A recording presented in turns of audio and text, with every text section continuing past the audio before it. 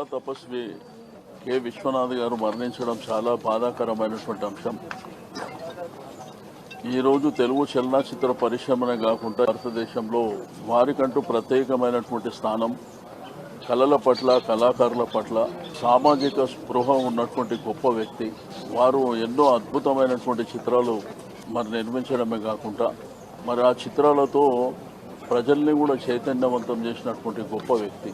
వారికి కులమత రహిత సామాజిక స్పృహ ఉండాలి అనేటువంటి ఉద్దేశంతోనే ఒక సందేశాత్మకమైనటువంటి చిత్రాలని నిర్మించడం.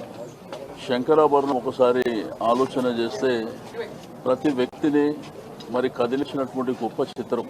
దానికి నేషనల్ అవార్డు కూడా రావడం, ఆ తర్వాత సిరివెన్నెల కానివ్వండి, స్వాతిముత్యం కానివ్వండి, స్వయం కృషి, శృతిలయలు, స్వర్ణ కమలం, ఈ విధంగా గొప్ప చిత్రాలను నిర్మించినటువంటి గొప్ప వ్యక్తి. చాలామంది చలనచిత్ర పరిశ్రమలో చాలా చిత్రాలు చూస్తుంటాం, కానీ ఇటువంటి మహనీయుడు గొప్ప వ్యక్తి.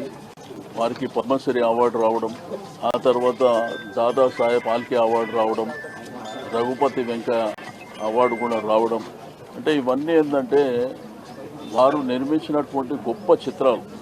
ఇప్పటికి కూడా సినిమాలు చూస్తే ఇప్పుడున్నటువంటి కల్చర్కు, వారు మన సంస్కృతి సాంప్రదాయాల పట్ల వారికి ఉన్నటువంటి పట్టు, ఆ సంస్కృతి సాంప్రదాయాలని మన తెలుగుతనాన్ని గుర్తుపడే విధంగా నిర్మించినటువంటి గొప్ప చిత్రాలు. ఇప్పుడు ఈ జనరేషన్ లోపల అటువంటి చిత్రాలు మనకు కనిపిస్తలే. ఆ రోజుల్లో ఎంతో గొప్ప గారు దగ్గర 50-51 చిత్రాలు నిర్మించడమే కాకుండా ఎప్పుడు చూసినా ఎవరు తన దగ్గరకు వచ్చినా కానీ మంచిగా, మర్యాదగా, గౌరవమైనటువంటి మాటలు వారి నుంచి మనం వినడం.